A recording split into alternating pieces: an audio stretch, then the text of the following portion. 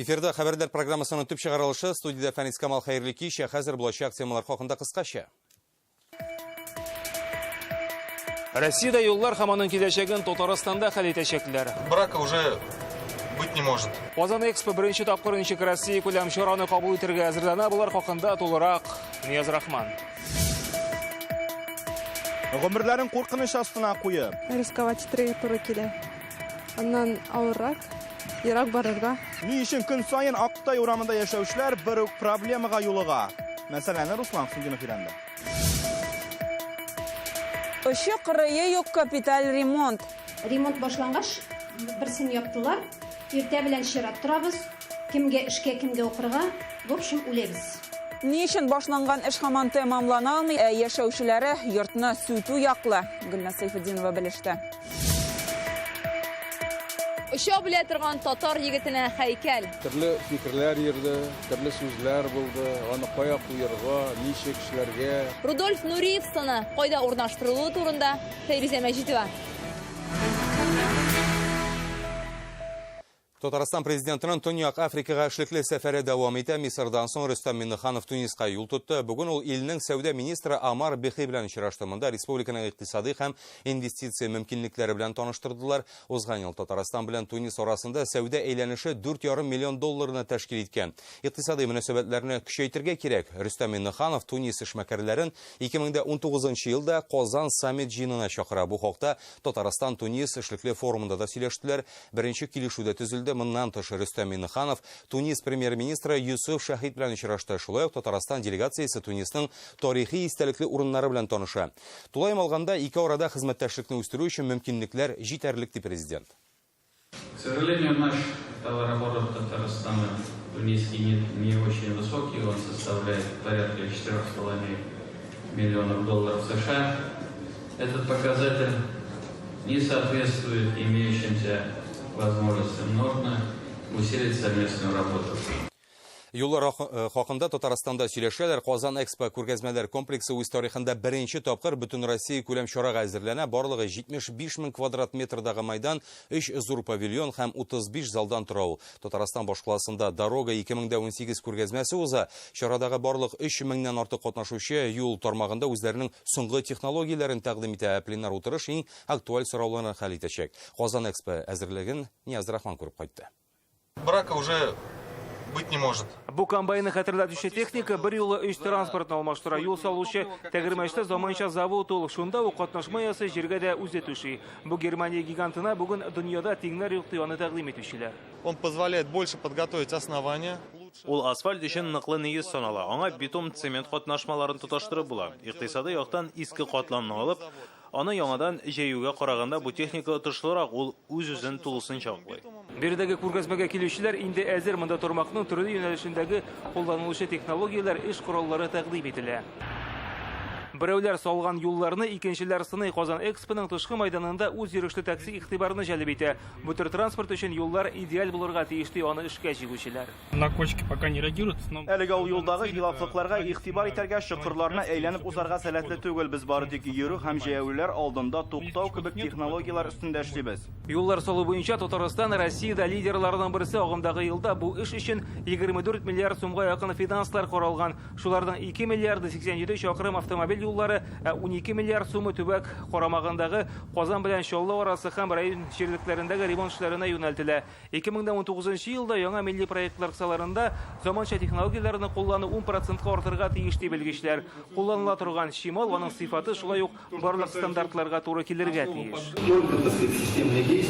Бары тик системалы эшләү генә үз нәтиҗәсен бирәчәк. Бу федераль агентлык тарафыннан да яңгырады. Без барлык тәкъдимнәрне тыңлап, карар кабул итәргә тиешбез. Казан Экспо күргәзмәләре майданында төп чаралар иртәгә планлаштырылган. Монда пленар утырыш һәм инде әлбәттә күргәзмә ачылачак. Шунысын әйтергә кирәк, тормакның төп мәсьәләләре дә нәкъ менә шунда хәл итер дип фаразлана. Нияз Рахман, Илшат Мөхәммәтов, Яңа Гасыр каналы. 4 полосалы юл, җәяүләр һәм велосипедчылар юлы, яшеллек һәм яктылык. Бүген Казандагы Оренбург трактыннан алып М14 микрорайонына юл ачылды. Бу участок зур түгел, озынлыгы километр ярым. Татарстан бюджетыннан аның өчен 400 миллион сум акча тотылган. Моңа кадәр бу урында 2 полосалы тар юл булган. Җәяүләргә машина юлыннан ук йөрергә туры килә. Люди живут, проходят благодарят. Бу юлдан узганда кешеләр рәхмәт әйтеп уза. Чыннан да бу сыйфатлы киң юл булган. Бүтән инфраструктурасы да бар.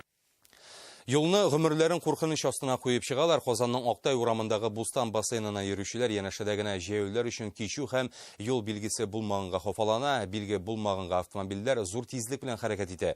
Ни өчен бассейн ачылганнан бирле проблема һаман чишелми? Руслан Хөснетдинов шул хакта. Елена Ухадиева юлны чыгарга ашыкмый, монда тәртип шундый, башта машиналарны уздыралар. Кызын да шуңа көн сайын өйрәтә, җәяүләр өчен юл кирәк диләр. Писали жалобную книгу. Шикаят китабына үзебезнең зарыбызны яздым. Ата-аналар имзаларын куйды, ләкин проблема чишелми. Без җәяүлеләр кичүен ясауны үтенеп сорыйбыз.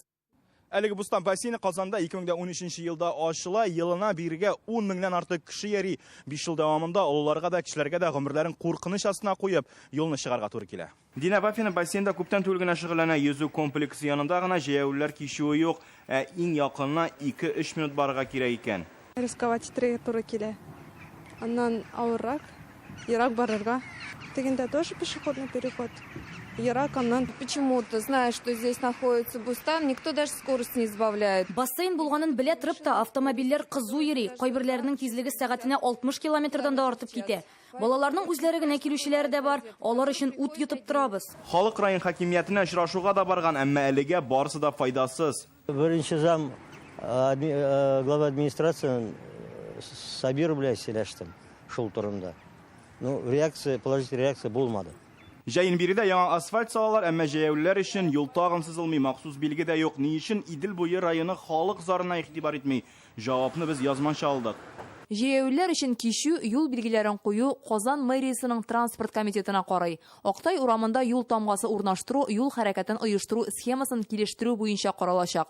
Ул тиешле финанс чаралары бүленгән очракта эшләнәчәк. Казанның транспорт комитеты белдергәнчә, мондый сорауларны махсус комиссия карый. Юл хәрәкәтенә үзгәреш кертү турындагы мәсьәләләр юл хәрәкәте куркынычсызлыгы комиссиясе утырышларында карала. Комиссия составына Казан район хакимияте вәкилләре, Казанның транспорт һәм төзекләндерү комитеты һәм ЮХИДИ бүлеге керә. Шәһәрдә бу сорауны якындагы комиссия утырышында карарга вәгъдә иттеләр. Без бу мәсьәләне алга таба да күзәтәчәкбез. Руслан Хөснетдинов, Рәмзил Гарипов, Яңа Гасыр каналы. Түбән Камада аммиак, ароматлаштырылган углеводород һәм стирол нормадан 2 тапкырга артып киткән. Кичә шәһәрне һавасын тикшергәннәр иде, зыянлы маддәләр биологик чистарту җиһазларыннан чыккан. Түбән Камада һава быел гына да 6нчы тапкыр пычранган. Гаеплеләрне хәзер экология министрлыгы һәм фәннәр академиясе белгечләре ачыклый. Надо объективно подойти к этому вопросу. Бу мәсьәләне объектив рәвештә тикшерергә кирәк, чөнки зыянлы маддәләр башка предприятиеләрдән дә булырга мөмкин, ләкин пычрак һаваның чыганагы булып әлегә чистарту җиһазлары санала. Әгәр дә безгә җиткерүдә яңалыкларыгыз бар икән, сез аны редакциянең мобиль номерына хәбәр итегез. 89874-20-01-01 телефоны буенча WhatsApp-та эшли. Сез монда хәбәрләрегезне язып калдыра да аласыз, фото салсагыз да була. Шулай ук видео язма беркетергә мөмкин. Әйдәгез, сезнең яңалыклардан да хәбәрдар булыйк. Беренче хәбәрләрне ала башладык инде. Бүген безгә Казаннан, Минзәлә һәм Арчадан яздылар. Кемнеңдер өлешләп акча кертеп төзелүче фатирлар мәсьәләсе борчый, кемнедер суның сыйфаты начар. Кайбер тамашачы хәтта хәерле эш көне дә теләде. Бәдрәфкә чират юнырга душ юк, түбәдән су ага. Казанның Липатов урамы 13нче йортта башланган капиталь ремонт шундый борылыш алган. Яшәүчеләр эш инде 30 августка төгәлләнергә тиеш иде ди. Башкарасы эшнең әле очы кырые да юк. Подрядчы оешма эшне сузамы, бәлки яшәүчеләр ашыктырадыр. Ике як фикерен дә Гөлнас Сайфетдинова тыңлады. Менә без 40 кеше шушы унитазга йөрибез. Бер унитаз. Иртә саен чират инде 6нчы ай шулай. Бәдрәф юыну аш бүлмәсе уртак коммуналь йорт өчен капиталь ремонт баш бәләсенә әйләнгән. Берсен яптылар. Иртә белән чират торабыз. Кемгә эшкә, кемгә укырга, в общем, үләбез. Коридорда идәннәр кубарылган, аш бүлмәсендәге плитканы да кубарып төшергәннәр. Шушы котышкы шартларда тузанда ашарга пешерәбез диләр. Ремонт башланганнан бирле йортка бердән-бер булган душ та эшләми, юынырга дип, монда яшәүчеләр кер юу бүлмәсенә керә. Мондагы иске краннардан гел су агып тора, алар ябылып бетми. Шушында табак куеп, су тутырып, юынырга туры килә аларга. Вот, дәшвер, вчера только закопали. 78 яшьлек Александр әбинең бүлмәсендә идән астыннан су торбалары узган, аларны башка җиргә күчерергә дип казыйлар, чокырын күмәргә онытканнар. Все лето Так и было. Йорт 2 катлы 32 бүлмә бар, 60 елдан артык капиталь ремонт күрмәгән түбә, фасад, подъездны ремонтларга электр, су, инженер шелтәләрен алыштырырга тиеш булалар. Монда битен дранка белән эшләнгән иде ул заманында. Немецлар зигән, әйбәт иде ул. Шуннан соң түбәне ясадылар, түбәне ясап бетермәделәр. Түбагы Разве капитальный ремонт бу косметический ремонт кына? Моны туктатырга кирәк бу ремонтны. Шуның хәтле акча түгеп ясаганчы бирсеннәр безгә шушы домны сүтеп. Эш 30 августка төгәлләнәчәк дип язылган була. Ремонт тышкы якта гына тәмамлану алдында. Эштә беркем эшләми. Идарә компаниясендә бүген эш тәмамлануның башка көнен атадылар. Көн аралаш барып тикшерәбез диләр, кимчелек күрмиләр. По договору подряда. Подрядчы оешма белән килешү 1 декабрьгә кадәр вакыт бар әле. Бүгенгә инженер шелтәрләр алыштырылды. Сезонда эшнең үз вакыты. Гомуми эшләрне якын арада бетерерләр дип уйлыйм. Жылылык вакытында бирелде. Хәзер анда гомуми кулланыштагы урыннарның эшлисе бар. Төзелеш материаллары, сантехник җиһазларны урлау очраклары булды, ләкин эшне туктатмадык. Уңайсызлыклар өчен гафу үтенәбез. Кемчелекләрне тапсалар, без аларны бетерергә әзер. Бүгенгә яшәүчеләрнең һәм эшне башкаручыларның фикерләре аерыла. Эшне кышның 1 көненә кадәр тәмамлый алырлармы? Нәтиҗәдә аның сыйфатыннан канәгать калырлармы? Юк икән, халык прокуратурага шикаят язырга җыена. Гөлнәс Сәйфетдинова, Данил Филатов, Яңа Гасыр каналы. Электрон хезмәтләрдән файдаланучылар арта бара. Татарстанлыларның 80% дәүләт хезмәтләре порталын куллана. Бу ил буенча да Мәскәүгә караганда да уртача соннардан күбрәк дигән сүз. Тиздән порталның мөмкинлекләре киңәешә, хәзер анда эштә эзләп булачак. Бу турыда бүген хөкүмәт йортындагы брифингта мәгълүматлаштыру һәм элемтә министры Роман Шәһетдинов сөйләде. Иң популяр хезмәтләр ул электрон журнал, штраф түләү, табибка язылу. Тик язылып хастаханәгә бармыйча калучылар да күп икән. Жители начали записываться подряд, бронируя чуть ли не на несколько дней вперед одного и того же врача. Бер кеше бер табибка көн сайын языла башлаган. Вакытны алдан алып куялар, башка кешегә калмый. Хәзер без системага үзгәрешләр кертеп, бер кешегә бер табибка атнага бер тапкыр язылу мөмкинлеген калдырачакбыз.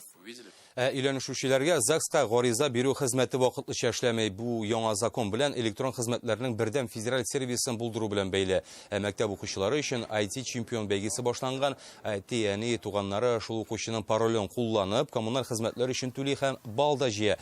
Кемнең күбрәк шул смартфон утала. Ярышның 1 туры 30 ноябрьгә кадәр бара. Кече һәм урта бизнес вәкилләренә кредит алу җиңеләя, банк офисына шартнамәгә кул куярга гына барачаклар, моның өчен исә бердәм кредит бирү үзәгенә мөрәҗәгать итәргә кирәк. Бирдә банк тәкъдимнәрен даими тикшереп торалар, эшкуарларга кулай ставкалы кредит алырга булышалар. Бер ай дәвамында гына да үзәккә 60-ка якын гариза җибәрелгән, 17 эшмәкәрнең инде кредит алуга гаризасы хупланган. Предпринимателю при создании единых коэффициентов не нужно ходить по различным банкам.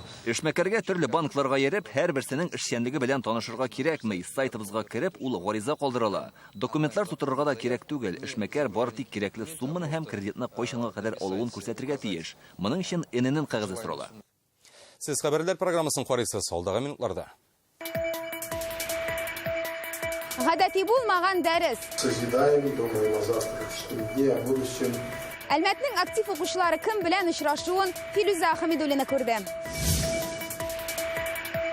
Габдулла Тукай турында яңа китап дөнья күрде. Тукай турындагы безнең хезмәтләрне җиткерүнең яңа бер формасы. Татарстанның Фәннәр академиясе әзерләгән яңа басмада бөек шагыйрьнең тормышы һәм иҗаты турында нинди яңалыклар бар? Рания Абдрахманова ачыклады. Татнефть җәмгыяте генераль директоры, Дәүләт советы депутаты Ноэль Маганов зур югалту кичерә, аның әтисе Өлфәт Маганов үлгән. Рөстәм Миннеханов бүген Татнефть башлыгының кайгысын уртаклашты. Телеграммада Өлфәт Маганович Татарстан нефть өлкәсендә тәҗрибәле һәм абруйлы урын яулады. Ярты гасыр буена аның үсеше өчен зур көч куйды. Магановлар нефтчеләр династиясе башында торды. Сез иң якын кешегезне, Татарстан иң яхшы хезмәт иясен югалтты. Ул үзенең уллары өчен дә, Татарстан халкы өчен дә үрнәк булды диелә президент юллаган кайгынамәдә.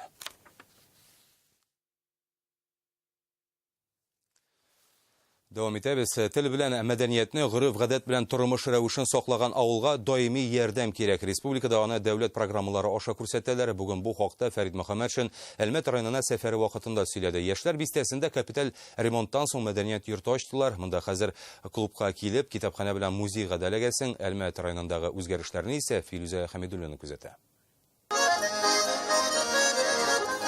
Яшьләр бистәсе халкының сөенече бүген өздереп гармун уйнарлык. 30 ел көткән ремонтны 9 айда ясыйлар. Хәзер бу клуб кына түгел. Монда китапхана, авыл советы, түгәрәкләр залы һәм туган як музее бер түбә астында. Бик начар хәлдә. Монда яла юк иде вообще. Бик шат бүгенгесе көндә шушындай матур бина төзеп биргәннәр өчен. Аңа авыл клублары республика программасы аша 15 миллион ярым сум акча бүленгән. Тагын 12 нефтчеләр өсти. Мондый теләктәшлек булганда авыл мәдәнияте гөрләп торырга тиеш ди бүген ачылышка килгән Фәрит Мөхәммәтшин. Яшьләр поселогына күптән кирәк иде инде шушындай клуб, үзәк, шундый мәдәният йорты зурлап ясаганнар. Әлмәтнең 7нче мәктәбендә дә бүген җырлы биюле тамаша. Укучылар дәүләт советы рәисен каршылый. Монда Фәрит Мөхәммәтшин 91 яшьлек Валентина Бахтигареева белән очрашты. Дәүләт советы рәисен комсомолга алган укытучы ул. Люблю свою республику и благодарна тем, что много уделили внимания советским школам. Очрашу урыны итеп 7нче мәктәп очраклы гына сайлап алынмаган. Моннан 60 ел элек бирегә Фәрит Мөхәммәтшин укырга килә. Әмма бүген биредә инде ул парламент дәресләре укытучысы буларак чыгыш ясый. Более 2000 школ в Республике Татарстан, разъезжаются депутаты, министры. Парламент, җәмгыять, мин. Дәрес темасы да, аның катнашучылары да җитди бүген. Безгә кайбер информация җитеп килми, шуңа күрә шундый дәресләр укучылар өчен һәм барлык мәктәпләр өчен бик кирәк. Парламент дәресеннән соң Фәрит Мөхәммәтшин ветераннар оешмасын 40 еллык юбилее белән котлады. Бүген ул республикада иң зур оешма санала. Монда 47 меңнән артык кеше тора. Әлмәт районыннан Филүзә Хәмидуллина, Ирек Хәбибуллин, Яңа гасыр каналы. Социаль юнәлештә эшләүче коммерцияле булмаган оешмалар хакында күбрәк сөйләргә кирәк. Бүген Татмедиа агентлыгында алар эшчәнлеген иң яхшы яктырткан журналистларны бүләкләделәр. Конкурска гаризаларны май аенда тапшыра башлыйлар. Жюри составында Татмедиа белгечләре белән Татарстанның иҗтимагый палатасы вәкилләре. 4 номинациядә 12 җиңүче иң яхшы радиосюжет номинациясендә бүләкләнүчеләр арасында хезмәттәшебез Болгар радиосының яңалыклар хезмәте мөхәррире Люция Шәрәфиева да бар. Bütün яңалыклар хезмәтенең Болгар радиосының зур хезмәтен бәяләү дип кабул итәм, чөнки без ел дәвамында яңалыклар хезмәтендә һәм безнең Болгар радиосы коллективы да бу коммерция өчен булмаган оешмалар эшчәнлеген бик актив яктыртып барабыз. Porsche машинасының моделен 3 көндә җыярга сүз чын автомобиль турында бармый әлбәттә. Бүген яшь һөнәрчеләр WorldSkills чемпионатының сайлап алу турында композит технологиялар компетенциясе буенча көч сынашты. Ярыш 3 көн дәвам итәчәк. Кемнәр ул чит ил машинасын 3 көн 3 төндә җыярлык яшьләр? Чулпан Касыймова шул хакта. Прошу приступить к работе. Катнашучыларга хәер фатиха бирелде, яшь һөнәрчеләр эшкә тотына. Кулларында линейка белән ручка, чөнки әлеге машина макетын ясар өчен төгәл хисаплар кирәк. Әлеге нигез уенчык машина кебек күренсә дә, аны композит хәленә китерү бик катлаулы процесс. Катнашучыларның максаты әлеге машинаның макетын ясап, аны махсус тукма һәм сумала ярдәмендә ябыштырып, Porsche машинасы ясау. Булачак инженер-конструктор Айзат Бариев милли чемпионатка эләгер өчен барлык кешемне куячак монды. Аның WorldSkills төбәк чемпионатында катнашу тәҗрибәсе бар инде. Анда көмеш призга ия була. Һәрбер слойны алабыз да, шуны бер-берсенә өстенә куеп, шуны ябыштырабыз. Аннан соң аны кисәргә кирәк, отполировать итәргә кирәк, һәм шулай бик кенә матур модель килеп чыга. Композит технологиялар компетенциясе кызларны да җәлеп итә. Алар монда икәү. Алина Валиеваның чемпионатта беренче тапкырына катнашуы. Бу кызык. Менә төрле әйберләрне ясарга бик кызык миңа, менә шуңа күрә мин монда катнашам. Бүген яшь һөнәрчеләр төбәк чемпионатына сайлап алуның икенче этабы, беренчесендә 100 кеше катнаша. Сегодня здесь прошли отбор, Беренче сайлап алу турында без 20 кеше сайлап алдык. Алар арасыннан тагын 10 һөнәрче сайлана. Җиңүчеләр WorldSkills композит технологиялар компетенциясе буенча Мәскәүгә укырга барачак. Композит технологиялары компетенциясе WorldSkills'та әле яңалык оештыручылар ул 2019 елда август айында Казанда үтәчәк дөнья чемпионатында төп компетенциялар рәтенә кертелер дип ышана. Чулпан Касыймова, Александр Лаванов, Яңа гасыр каналы. Без белмәгән Тукай хәзер бөек шагыйрьнең киң җәмәгатьчелеккә билгеле булмаган яклары хакында яңа китаптан да укырга мөмкин. Аны Галимҗан Ибраһимов исемендәге Тел, әдәбият һәм сәнгать институты галимнәре әзерләгән басма әдип турындагы башка китаплардан нәрсәсе белән аерыла тәкъдим итү чарасыннан безнең материал. Тукай турындагы безнең хезмәтләрне җиткерүнең яңа бер формасы. Зөфәр Рәмиев Габдулла Тукай тормышы һәм иҗаты китабы авторларының берсе. Басманы әзерләү өчен күп санлы чыганаклардан файдаланган. Шагыйрь хезмәттәшлек иткән газета, журналлар, даими матбугатны җентекләп өйрәнергә туры килә. Элеккеге совет чорында язылган мәгълүматлар шул чор идеологиясенә яраклашса, яңа китапның төп үзенчәлеге объектив фикерле булуында диләр. Без монда айрым шәхесләр белән мөнәсәбәтен билгеләгәндә Тукайны акларга да гаепләргә тырышмадык. Һәм башкаларны да объектив килергә тырыштык. Ничек булган шулай. Хроника димәк ул һәр көннән, һәр сәгатен кайларда яшәгән, ничек иҗат иткән, менә бу барлык мәгълүматларны да тупларга тырыштык. Китап татар һәм рус телләрендә дөнья күргән, үз эшенә Габдулла Тукайның Җаек шәһәрендә яшәгән чорын ала. Чөнки нәкъ менә шунда ул чын шагыйрь, чын публицист, чын әдип буларак формалаша диләр. Тукайны өйрәнү аркылы, аның тормыш баскычларын яктырту аркылы без үзебезнең халкыбызның узган юлын, аның аерым сәхифәләрен ачабыз. Аның гениальлеге бөтен барлыгы белән шагыйрь булуында. Ул үзенең халкын бетмәс тикелмәс ярату белән яраткан, үзен халкына багышлаган факел кебек ул. Бөек шагыйрьнең иҗатын әле алга таба да өйрәнәчәкбез ди галимнәр. Китапны тәкъдим итү кичәсе 2нче халыкара яшь галимнәр мәктәбе кысаларында узды. Аны Татарстанның Фәннәр академиясе оештырган. Тукайны академиягә нигез салынганнан бирле өйрәнәбез диләр. Әлеге китапның да дәвамы булачак дип ышандыра авторлары. Габдулла Тукайның иҗаты һәм тормышына багышланган тагын 2 басма әдипнең юбилей елларында дөнья күрергә тиеш. Рания Абдрахманова, Марат Зәйдуллин, Яңа Гасыр каналы. Өчә белүче татар егетенә һәйкәл. Бүген опера һәм балет театры янындагы бакчада атаклы биюче Рудольф Нуриев сынын урнаштырдылар. Һәйкәлне 7 ноябрьдә ачарга планлаштыралар. Татар зыялылары моны көтеп алынган вакыйга ди. Алар фикеренчә, татар башкаласында танылган татар шәхесенең исемен мәңгеләштерү күптән кирәк иде инде. Фәрүзә Мәҗитова яңа һәйкәлне күреп кайтты.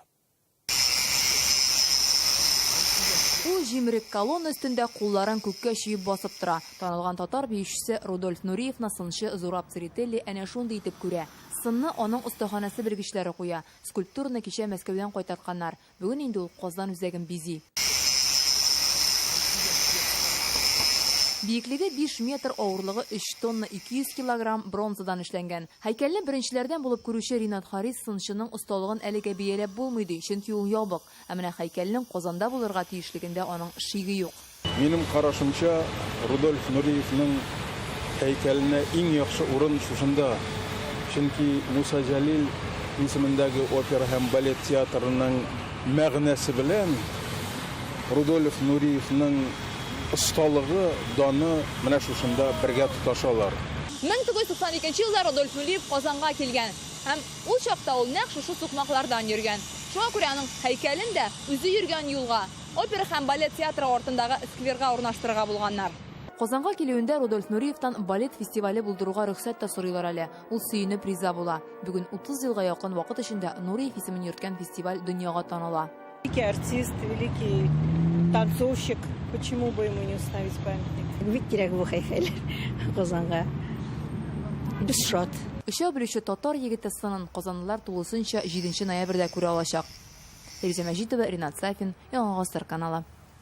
Тагын бер мөһим мәгълүмат, бүген төнге 1-дән иртәгә көндезге 12-гә кадәр безнең телеканалда профилактик эшләр алып барылачак. Шул сәбәпле Яңа Гасыр күрсәтмичә торачак.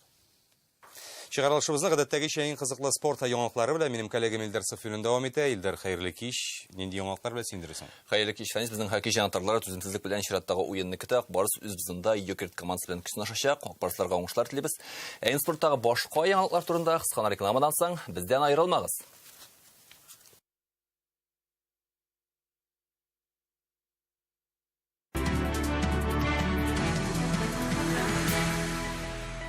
Регби уйнарга ятучылар бу көннәрдә Казанга җыелды. Тулпар спорт комплексында осталыкларын күрсәтергә Мариэл, Чабаксар, Ульян өлкәсе һәм башка төбәкләрдән вәкилләр килгән. Казанның Динам спорт мәктәбе иң көчлесе булып танылды. Ә хәзер тагын бер иң кискен спорт төрләренең берсе Киокусинкай турында мәгълүмат. Кам аланында Киокусинкай буенча бөтен Россия күләмендәге турнир үтте. Ярыш ачык форматта булганга, анда теләгән һәркем катнаша ала. Барлыгы 425 спортчы җыелган иде. Казан, Лениногорск, Түбән-Кама, Чаллы, Волх, Самара һәм Россиянең башка төбәкләреннән вәкилләр чыгыш ясый. Көч сынашулардан тыш күрсәтмә алымнар да тәкъдим ителде. Кискен көрәш нәтиҗәсендә 56 спортчы призлы урыннарга күтәрелә. Алар арасында Түбән-Каманың 3 вәкил дә бар. Уникс командасы баскетбол яратучыларына җиңүләр белән шатландыруын дәвам итә. ВТБның бердәм лигасындагы 2нче турда Казан клубы иң җитди көндәшләренең берсе Локомотив Кубань командасына каршы уйнады. Паркеттагы киеренке ярыш нәтиҗәсендә Уникс җиңү яулый. Исәп 79-75. Яшь рапирчылар легендар спортчы Наилә Гыйләҗева призы өчен ярышты. Россия күләмендәге фехтование белән шөгыльләнүче иң яшь спортчылар бу көннәрдә Казанга җыелды. Әлеге спорт чарасы Олимпия уеннары чемпионы Наилә Гыйләҗева призына уза. Лишняя победа выигранная. Һәрбер җиңү генә түгел, хәтта 2нче, 3нче урыннарда спортчыга даими җиңүгә омтылыш бирә. Алдагы ярышларда да алар үзләрен тагын да ышанычлырак хис итәчәк. 100-гә якын катнашчы арасында Санкт-Петербург кызлары чемпион булып танылды. 2нче урында Курск өлкәсе рапирчылары. Пьедесталның 3нче баскычында Татарстан командасы. Әлегә менә шундый яңалыклар иде. Игътибарыгыз өчен рәхмәт. Исән сау булыгыз.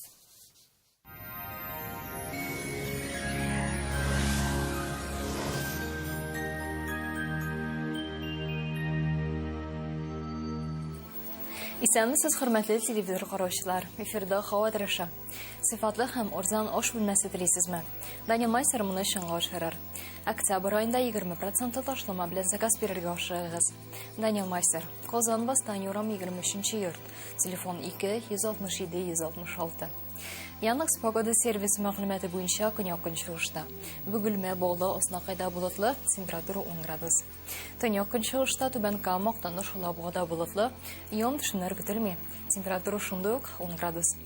Төньякта Минзәле, Әгәрҗе Мензелевскида урыны белән яңгыр булу ихтимал. 10 градуска кадәр җылы булачак. Төньяк-көнбатышта Орча, Кукмара, Балтачта булытлы һәм яңгырлар. Температура 11 градус. Булгар, Бош, Прәледә булытлы һава көтелә, яңгырлар булмый. Температура 12 градус җылы. Үзәктә Чиста, Нурлат, Аксубайда шулай булытлы булачак, яңгырлар көтелми. Температура 11 градус. Алда көннәрдә бераз суыта, яңгырлар ихтималы аз. Сезнең өчен тагын бер файдалы мәгълүмат. Тапшырма иганәчесе Фармте клиникасы. Термекс Израиль аппаратында авыртусыз һәм операциясез Европа стандартлары буенча аденома белән простатитны дәвалау. Казандагы телефон 292 66 77. Клиника Фармте. Радиоволновое лечение аденомы и простатита на израильском аппарате Термекс. Без боли, без операции. 292 66 77. Башкалабыз Казанда яңгырлар булмый. 10 градустан 12 градуска кадәр җыла. Төньяк-көнбатыштан уртача тизлектә җил. Атмосфера басымы төркемеш баганасының 757 мм тәшкил итә. Һаваның чагыштырмача дымлылыгы 72%. Җирнең магнит кырытыныч. Әлегә менә шулар сезнең һава торышы белән Альбина Шахапова таныштырды. Кәйфләрегез һәрчак күтәренке булсын. Сау булыгыз.